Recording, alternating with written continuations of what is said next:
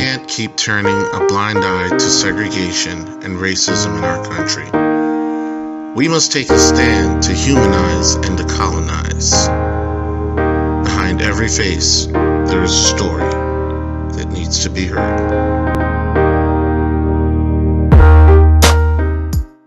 You think racism exists still? Yeah, sometimes, but not really. Do you think? Well, yeah. How so? Well, at least from where you guys are from, how so? I think that some people will have things in the back of their head that they might not say, but they think it's out there. I think that they discriminate against people. Do you think maybe stereotypes exist still? Oh yeah, definitely. So, what's an example you think that might be a stereotype that you know? Black meat, fried chicken.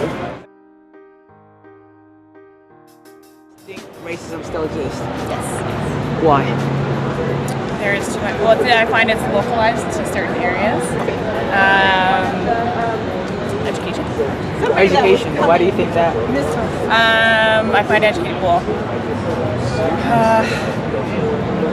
I don't know. This is hard, guys. I find educated people to be a little more open-minded. Open-minded? Yep. I find people with more education tend to travel a little bit more. So I get to see what's going on in each different part of the country and so forth.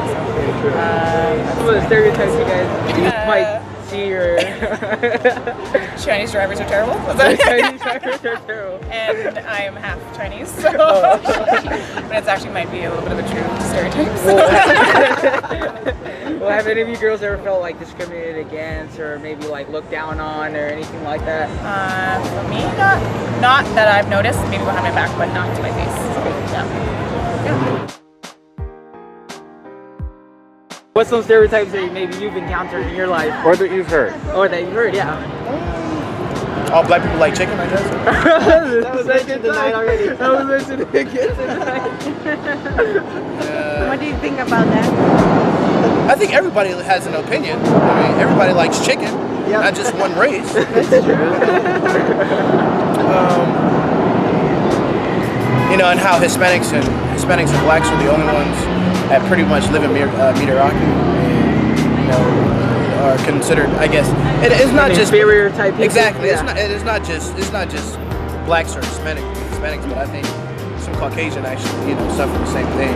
Not really, born into a rich family, but more or less are stereotypical because Asians and whites are considered to be smart and they're rich and stuff like that. I never knew what Micronesians was until I went there. You all know what Micronesians are? No. Yeah, it's an island. I know.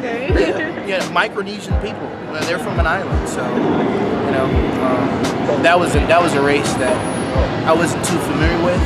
It's kind of strange looking at them, but I accept that. I grew accustomed to the way they lived, and I just adapt.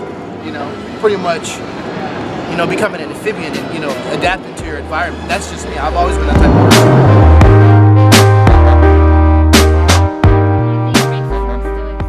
It does. I see bits and pieces here and there at work.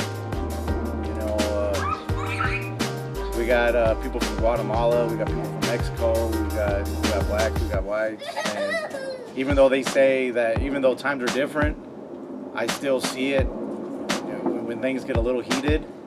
I'll see bits and pieces of it. So no matter, I think it's still there. It's just not as out in the open that it used to be. And whether they know it or not, it's still there. And I think it's maybe the way that people are raised, from their fathers or their grandparents, because it was much more of that in those days. I think it's a subconscious thing that is, some people can't stop. It's there, whether it's a little bit or a lot. I do see it a little bit in a lot of people.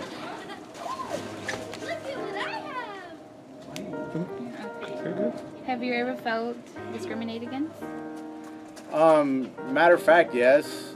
My most recent time, and you know of, but I don't think I've really talked to you about it, is that I finished my school for mortuary, And you know, I was trying like hard, you know, to get into a mortuary. You know, I go on my long sleeves, my tie.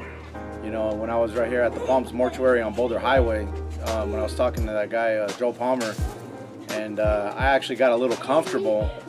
And when I got a little comfortable, I stuck my hands on his desk. And when I did that, my sleeves went up, and he seen my tattoos, and he told me that he seen my tattoos, you know, and I think that's what stopped me from getting into that place, was because he was telling me how he was going to start me off, and that never happened. And that was before he seen the tattoos, and I think because of the tattoos, I did get discriminated against. I do feel that. Okay, do you think America should have a national language? You mean as far as like speaking one language? You know, you see, that kind of takes away from what America is, in my opinion. My opinion is that America, they say, you know, is a free country, and everybody wants to come to America from their countries because they don't like the way that their countries are ran. At least this is my perception of it, where, you know, it doesn't matter what part of the world you're from, they want to come here to make a better life. So if you're going to speak whatever language from your country, to me, that's fine, because, you know, you also got to keep it true to where you're from. You know, and that's my opinion. You know, the United States that's what we're built on. We're built on immigrants, and I don't think that we should just go to one language.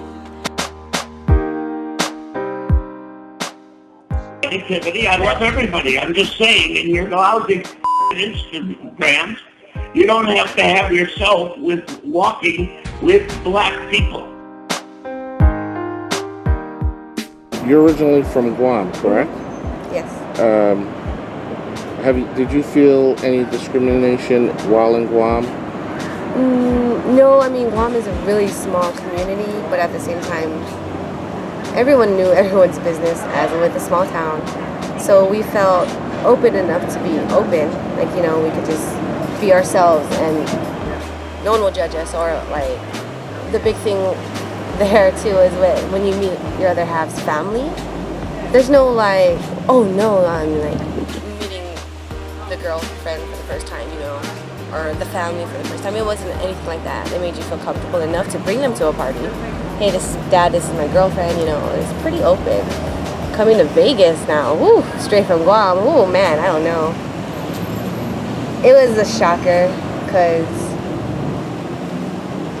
I didn't know. It was a big world, you know, coming from a small place to a big city. I wasn't sure if I could hold anyone's hand or what the happenings were here, what would happen if I did do this in public or not, but I guess it just took time. Can you give us an example of a time that you felt discriminated against or just totally uncomfortable? I mean, there's so many, but so many instances where I felt discriminated against, but one big one was Mandalay Bay. I don't know. I was gonna work, and I did. I was excited. Coming straight from Guam, this was a big job for me, because like you get $7 minimum wage to, you know, the casino making wages out here, you know, and I was excited. I was gonna give them my life, my everything. I was gonna show up on time, not island time, you know. So I was gonna show up on time. So this guy at work asked me about myself. Like, how did you know you were gay? How did you know? Blah, blah, blah. You know, general questions, nothing about sex, nothing about how we connect or anything like that. So I talked about it. I was open, because that's where I came from, an open place. So we're in a small room. I could be open. It's a small room, right? You're my coworker. I got fired for having a sexual conversation in the workplace. I felt so discriminated, but I guess it is what it is, you know? You gotta pick and choose where you talk about it. Where are you from, sir? Originally from India, but right now I live in Los Angeles. Okay, and in the time you've lived here, do you think racism still exists? I don't think so. You don't, why? I never faced any such instance. Okay. There are a lot of, maybe you should ask people who came 20 years back, man. Maybe they are now. It's such a global world. No. Okay. I mean,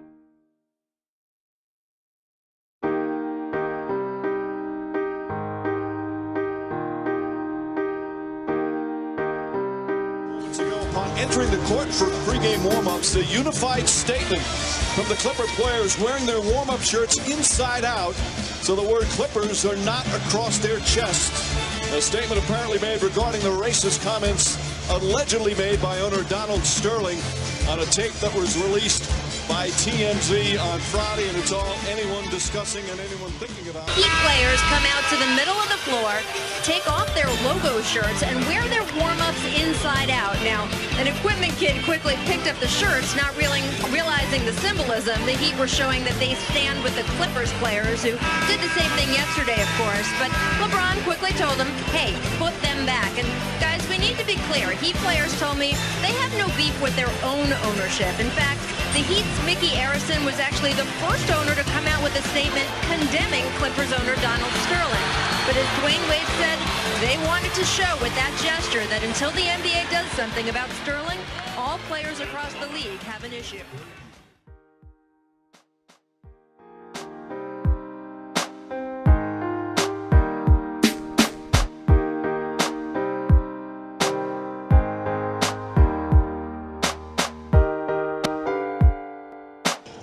Our world isn't just black and white. It is a mix of all colors, races, beliefs, and cultures. Taking it back means movements within each individual to humanize. Education and communication is the key.